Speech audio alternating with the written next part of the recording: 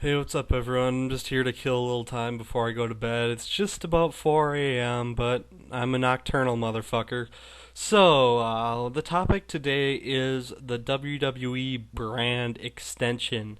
I got a request by a user by the name of Beige Sabbath, who is subscribed to both of my channels, so I wanted to get to this earlier, but then, you see, I wanted to see the Raw after Randy Orton won the title to see where Raw is heading, and then when I got wind of this whole SmackDown ECW merger, I wanted to see that out. So I apologize for not getting to this sooner, but I just kind of wanted to see things out before I go making a video about this.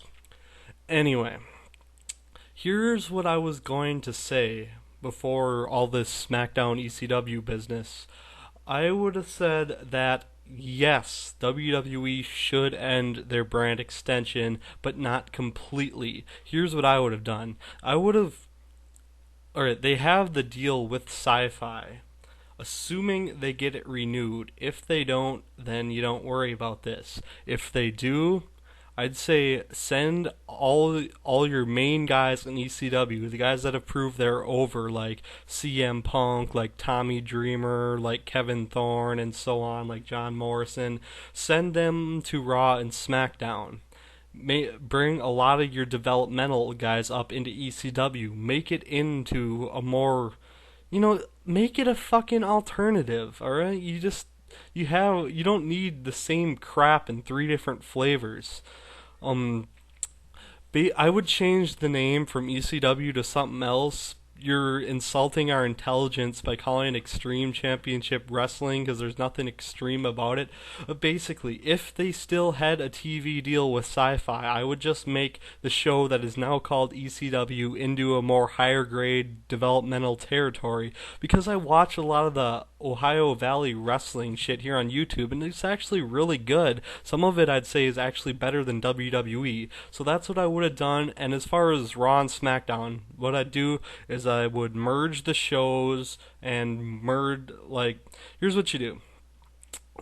There's a surplus of guys on the roster.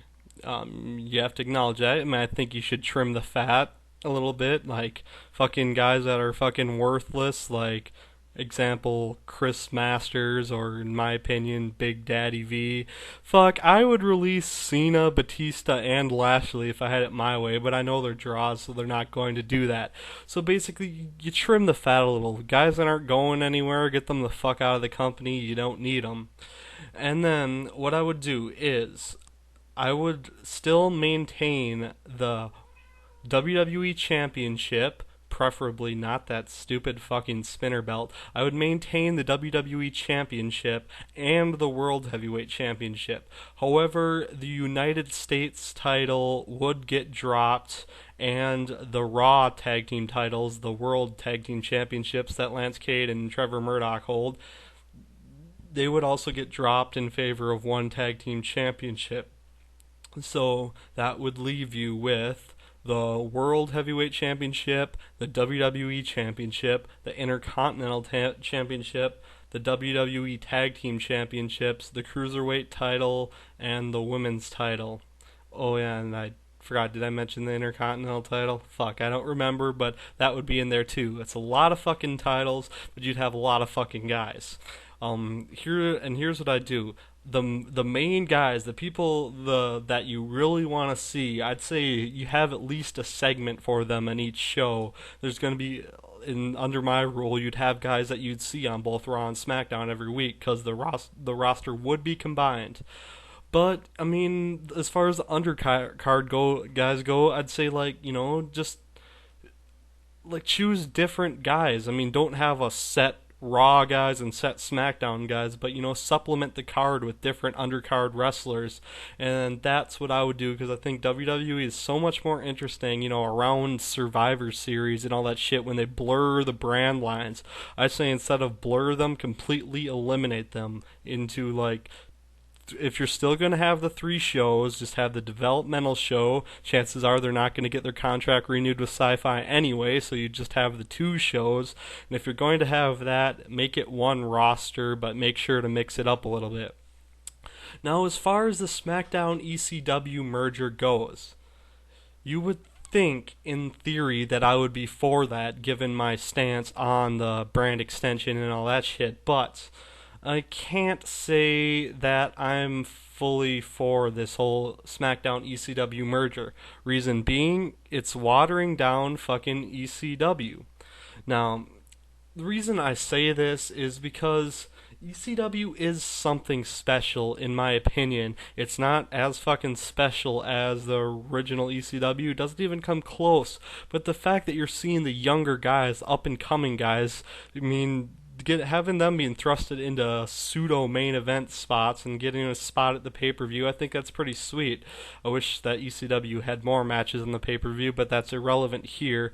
I think it's great that, that you put like medium-sized fish and put them into a small pond like ECW and let them shine. Guys like CM Punk, guys like John Morrison, they're getting world titles around their waist and they win on Raw and SmackDown.